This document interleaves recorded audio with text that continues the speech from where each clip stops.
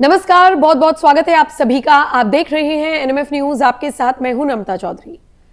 बंगाल में अगर बीजेपी जीतती है, 2026 में बंगाल विधानसभा चुनाव होने हैं और अगर उसमें बीजेपी जीत जाती है तो वहां के सारे मुसलमानों को खदेड़कर बांग्लादेश भेज दिया जाएगा। तो मुसलमान दाढ़ी नहीं रख पाएंगे, तो सारी चीजें अस्त व्यस्त हो जाएंगी, अपना मजहब ढंग से नहीं वो जी पाएंगे। ये सारी बयानबाजी हो रही है टीएमसी के नेताओं की तरफ से। ये सारी बयानबाजी हो रही है उस मंच से जहां पर टीएमसी के नेता ममता बनर्जी की सरकार में मंत्री वहां पर मौजूद रहते हैं। जैसे कि उदाहरण के तौर पर आज आपको एक ऐसा वीडियो दिखाने जा रही हैं जो बताया जा रहा है कि उस वक्त सामने आया जब ममता सरकार में मंत्री सबीना मालदा में लोगों को संबोधित कर रही थी। बताया यह भी जा रहा है कि उस वक्त वो तो साइड हो गई, लेकिन वहां पर जितने भी मुसलमान थे उनमें से एक मुसलमान खड़ा होता है और वो ये सारी बातें कहता है कि अगर बीजेपी जीत जाती है बंगाल में तो फिर मुसलमानों को, जो मैंने आपको बताया शुरुआत में कि बांग्लादेश भेज दिया जाएगा, तो ये सब चीजें हो जाएंगी, मतलब बिल्कुल अस्त व्यस्त हो जाएगा, सब खत्म। सवाल ये उठता है कि अभी चुनाव नजदीक है, अभी वोटिंग चल नहीं रही है।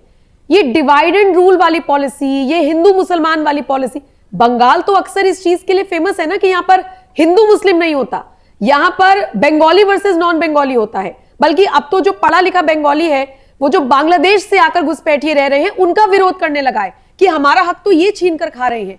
आज का जो पढ़ा लिखा बंगाली है वो तो रोजगार की बात करता है, वो सुरक्षा की बात करता है। तो ये चर्चा की दाढ़ी नहीं रखने दी जाएगी, इसी पर चर्चा करेंगे। पंकज जी, शुभेंदु अधिकारी भी इस मुद्दे को उठा रहे हैं कि कम्युनलिज्म या ये जो डिवाइड एंड रूल वाली पॉलिसी है ये अपनाई जा रही है। नम्रता, ये उसी तरह का नैरेटिव है कि भाजपा आ जाएगी तो संविधान को खत्म कर देगी, आरक्षण खत्म कर देगी, मुसलमानों को कंसंट्रेशन कैंप में रख देगी, हिटलर की तरह गैस चैम्बर में ये कर देगी।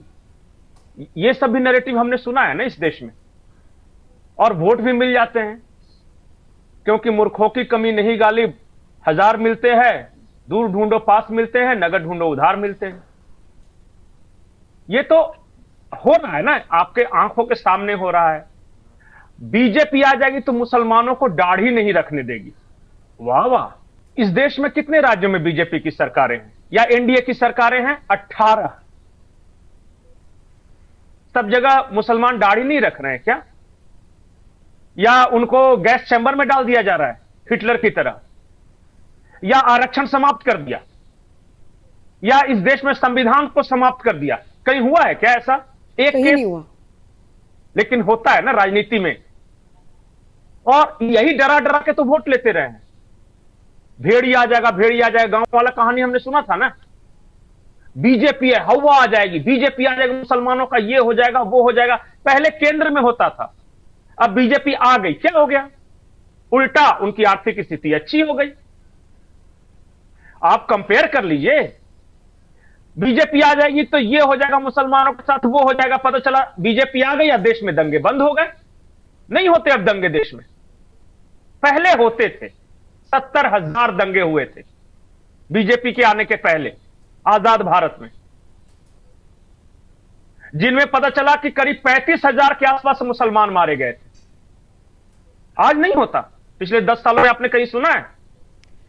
आप यूएन की रिपोर्ट देख लीजिए, आतंकियों की लिस्ट जारी की है, उसमें मैक्सिमम जो नंबर है उसमें भी मुसलमान ही मिले हैं।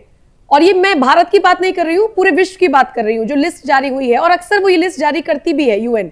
लेकिन इन सबसे इतर, यहां बात आतंकी या किसी और की नहीं, बात यह है कि मुसलमानों को अगर डराया जा रहा है, वो डर क्यों रहे हैं? ये तो आम मुसलमान को ही पंकज जी समझना पड़ेगा। ये दूध पीते बच्चे तो यहां पे कोई है नहीं। नहीं, डराया नहीं जा रहा है। इन लोग कह रहे हैं कि हमें डराया जा रहा है, और जानबूझ के। ये बोलने वाला कौन है? कोई हिंदू थोड़ी ना बोल रहा है। और मजे की बात देखिए, मजे की बात देखिए, इसी देश में खड़े होकर ये इतनी बड़ी बड़ी बातें बोल भी रहे हैं।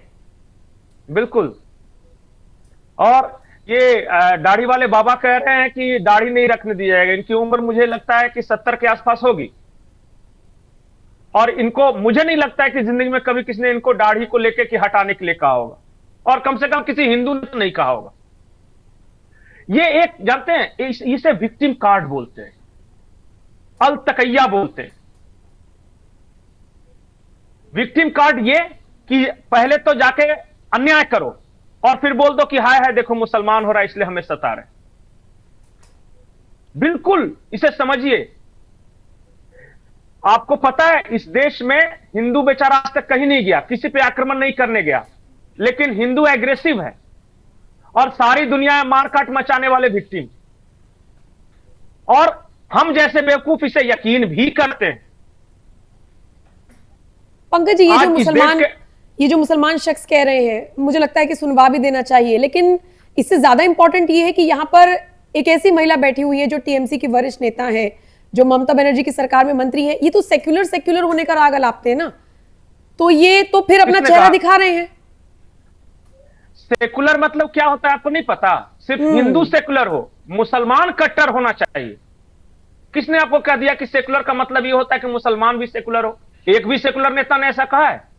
कभी अखिलेश यादव या राहुल गांधी या किसी से पूछ लीजिए जो एक स्टेटमेंट दिया हो कि मुसलमानों को भी दकियानुसी ख्यालात छोड़ के थोड़ा सा मॉडर्न होना चाहिए, प्रोग्रेसिव होना चाहिए, उनको भी साइंस एंड टेक्नोलॉजी की तरफ ध्यान देना चाहिए। एक नेता नहीं बोलता है। नहीं, अफसोस इसी बात का है कि एक हिंदू अगर दरगाह में चला जाए या ईद में शामिल हो जाए, होना चाहिए, मैं तो कहती हूँ जिसको भाईचारा निभाना है वो हो जाए, वो सेक्युलरिज्म है। लेकिन एक मुसलमान जाएगा राम मंदिर के बाहर बैठकर नमाज पढ़ देगा, उसे ये लोग सेक्युलरिज्म का नाम देने की कोशिश करते हैं। पंकज जी, बंगाल से जो तस्वीर सामने आई है, मुझे लगता है एक बार वीडियो में वो क्या कह रही हैं सुनवा देना चाहिए, फिर मैं आपकी तरफ रुख करूंगी। আজকে যদি আমাদের এই মুখ্যমন্ত্রী চলে যায়, বিজেপি চলে আসে, তাহলে এই যে আমি গর্বের সঙ্গে যে দাড়ি নিয়ে বাড়াচ্ছি, এই দাড়ি নিয়ে আমার ক্ষমতা নেই আমার এই এতে পশ্চিমবাংলার কোনো জেলাতে যাওয়ার। এদেরকে ধন্যবাদ রাখি। আপনারা যেই করেন না কেন, আগামী নির্বাচনে এই যে আমাদের সাবিনাদি দাঁড়াবে, মানে তৃণমূলের প্রতীক নিয়ে, দয়া করে আপনারা দয়া করে সকলে কিন্তু একসঙ্গে একজোট হয়ে ভোটটা দিবেনই। কেননা যে যদি আমাদের মমতা ব্যানার্জি এতে থাকে না থাকে দায়িত্বে, তাহলে কিন্তু বিজেপি চলে আসবে, আর বিজেপি চলে আসলে আমাদের মুসলিমরা এই পশ্চিম বাংলাতে থাকতে পাবে না, তখন তাড়াবে বাংলাদেশ, বলবে পাকিস্তান যাও। এখনই তো আমাদের মুখ্যমন্ত্রী এই দায়িত্ব থাকা অবস্থায় বিজেপিরা বলছে যে মুসলিম তাড়াও, দেশ বাঁচাও, মুসলিম তাড়াও, কেমন আর কি আমাদেরকে তো কাজেই বলছি আমরা ঐক্যবদ্ধ হয়ে আমাদের অভিষেক ব্যানার্জি, আমাদের মমতা ব্যানার্জি, সাবিনাদি কে এদেরকে আমাদেরকে রাখতেই হবে আর কি। যদি না রাখি তাহলে কিন্তু আমাদের মুসলিমদের বিশেষ করে ভয়ানক অবস্থা হবে। এটা বললাম, যদিও বলা আমার উচিত ছিল না, কিন্তু বললাম যে এই আমরা যদি না ভোটটা দিই, অন্য দল চলে আসে, তাহলে বিশেষ করে মুসলমানদের একেবারে সর্বনাশ হয়ে যাবে আর কি। এই যে দেখছেন আপনাদেরকে আমাদেরকে ভোটে বাদ দেওয়ার জন্য কত রকম করছে। पूरी वीडियो है 2-2.5 मिनट की, मोटे मोटे तौर पर समझ तो आई गया क्या कह रहे हैं। बांग्लादेश भेज देंगे, पाकिस्तान भेज देंगे, दाढ़ी नहीं रखने देंगे, वही कुल जमा बात वही है। अगर डराने की कोशिश। कहा कि इन्होंने कहा कि अगर टीएमसी को वोट नहीं दोगे तो मुसलमानों का सर्वनाश हो जाएगा। अरे बाप रे, हाय रे हाय। अभी महाराष्ट्र में पिछले विधानसभा चुनाव का भी एक वीडियो आया था, हाथ में मेगाफोन लेकर 4 मौलाना सब खटखटा रहे हैं मुस्लिम के दरवाजे, जल्दी वोट देने निकलो नहीं तो इस्लाम खतरे में है, जाके कांग्रेस को दो। उनका भी यही ऐलान था कि सीधे जाके कांग्रेस को दे दो। पर एक बात याद रखिए, for every polarisation there is counter polarisation.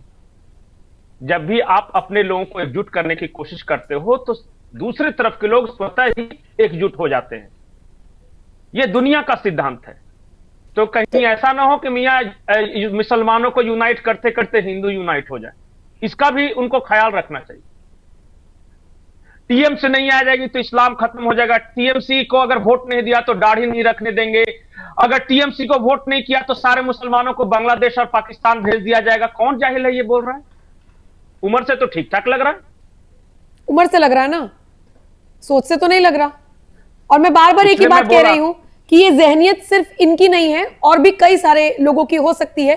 मुझे आश्चर्य इस बात का है कि यहाँ पर एक पढ़ी लिखी महिला बैठी हुई है। तालियां बजा रहे हैं लोग। हाँ देखिए, देख रहे वीडियो में तालियां बजा रहे हैं। माइनर है, बच्चे खड़े हैं छोटे छोटे, यही उनके दिमाग में बीज बोया जा रहा है।